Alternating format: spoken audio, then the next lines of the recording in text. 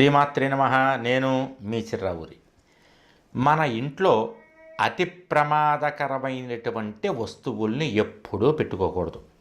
అలా పెట్టుకోవడం వల్ల ఇంటికి ప్రమాదం కలుగుతుంది, ఇంటి యజమానికి ప్రమాదం కలుగుతుంది, ఇంట్లో వాళ్ళకి బాధ కలుగుతుంది, కుటుంబానికి క్లేశం కలుగుతుంది. అలా ఇంట్లో ఉండకూడనటువంటి అతి ప్రమాదకరమైనటువంటి వస్తువులలో ఒక వస్తువు గురించి నేను ఇప్పుడు చెప్పబోతున్నా. కాకపోతే గత కొన్ని సంవత్సరాలుగా మరి ఎవరు చెప్పారో తెలియదు కానీ ఈ వస్తువు మన ఇంట్లో దాదాపుగా చేరిపోయింది. ఒక మాదిరి కుటుంబాలన్నింటిలో కూడా చేరిపోయింది.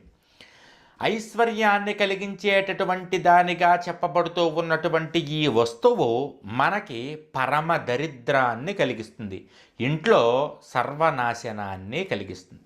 ఆ వస్తువు పేరు లాఫింగ్ బుద్ధా. మన వాళ్ళు పెట్టుకుంటూ ఉంటారు.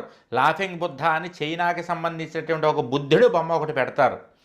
అవైదిక పాషండ మతానికి చెందినటువంటి బుద్ధుడి బొమ్మ ఇంట్లో పెట్టుకోవడం ఇంటికి అతి ప్రమాదకరము. లాఫింగ్ బుద్ధ బొమ్మ అసలు ఇంట్లో ఉండకూడదు.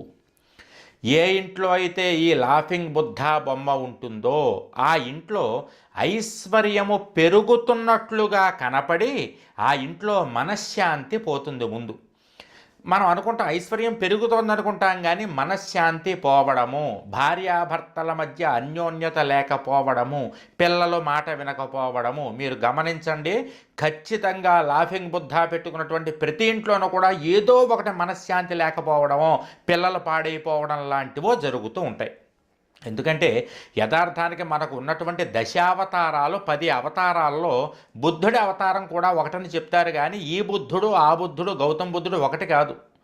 మన దశావతారాల్లో ఉన్నటువంటి బుద్ధుడు వేరు, గౌతమ బుద్ధుడు వేరు. పాషండ మతానికి చెందినటువంటి అసలు హిందూ ధర్మాన్ని విగ్రహారాధనని ఖండించినటువంటి గౌతమ బుద్ధుడు వేరే. మనం చెప్పుకునేటటువంటి మన దశావతారాల్లో ఉన్నటువంటి బుద్ధావతారం వేరు. మన వాళ్ళు తెలియక ఆ బుద్ధుడే ఈ బుద్ధుడు అనుకుంటారు. అదేవిధంగా చైనా వాళ్ళ వాస్తండి అని చెప్పేసి లాఫింగ్ బుద్ధ ఇంట్లో పెట్టుకోమంటారు. మనం ఉన్నది చైనాలో కాదు, ఇండియాలో ఉన్నాం. కాబట్టి ఇండియాకి ప్రత్యేకించి హిందూ ధర్మాన్ని పాటించేటటువంటి వారికి ఇంట్లో ఈ లాఫింగ్ బుద్ధ పెట్టుకోవడం వల్ల ఇంట్లోకి దేవతలు అడుగు పెట్టరు. ఎందుకంటే ఇది పాషండ మతానికి చెందినటువంటి విగ్రహం అది. కాబట్టి అలాంటివి ఉన్నటువంటి ఇంట్లో దేవతలు అడుగు పెట్టకపోవడం వల్ల మన వాళ్ళకి ఐశ్వర్యం పెరుగుతున్నట్లుగా అనుకుంటారు, కానీ రాను రాను రాను రాను దరిద్రం అనేటటువంటిది ఇంటిని ఆక్రమించేస్తుంది, మనశ్శాంతి పోతుంది. మీరు గమనించండి, వ్యాపారాల్లో నష్టపోవడం కానీ, పిల్లలు మాట వినకపోవడం కానీ, ఏదో ఒక కష్టాలు విపరీతంగా వచ్చేసేయడం కానీ ఈ విగ్రహం వల్లే కలుగుతాయి. కాబట్టి ఎట్టే పరిస్థితుల్లోనూ కూడా ఈ లాఫింగ్ బుద్ధ విగ్రహాన్ని మీ ఇంట్లో పెట్టుకోవద్దు. చిర్రావూరి గారు ఎందుకు చెప్తున్నారో తెలుసుకోండి. ఏదో 10 మంది చెప్పారు కదా, ఏదో టీవీలో చెప్తున్నారు కదా అని ఈ లాఫింగ్ బుద్ధ బొమ్మను ఇంట్లో పెట్టుకుని కొత్త కష్టాలని కొని తెచ్చుకోకండి. ఇంట్లో ఉండేటటువంటి అతి ప్రమాదకరమైనటువంటి అతి అతి అతి ప్రమాదకరమైనటువంటి వస్తువుల్లో ముఖ్యమైనటువంటి లాఫింగ్ బుద్ధ బొమ్మ. కాబట్టి ఈ బొమ్మ కనుక మీ ఇంట్లో ఉంటే వెంటనే తీసుకెళ్ళి ఊరు చివరన పారేసి వచ్చేసేయండి. దానివల్ల ఏమవుతుందంటే ఇంట్లో ఉన్నటువంటి దరిద్రం బయటికి పోయినట్టు అవుతుంది.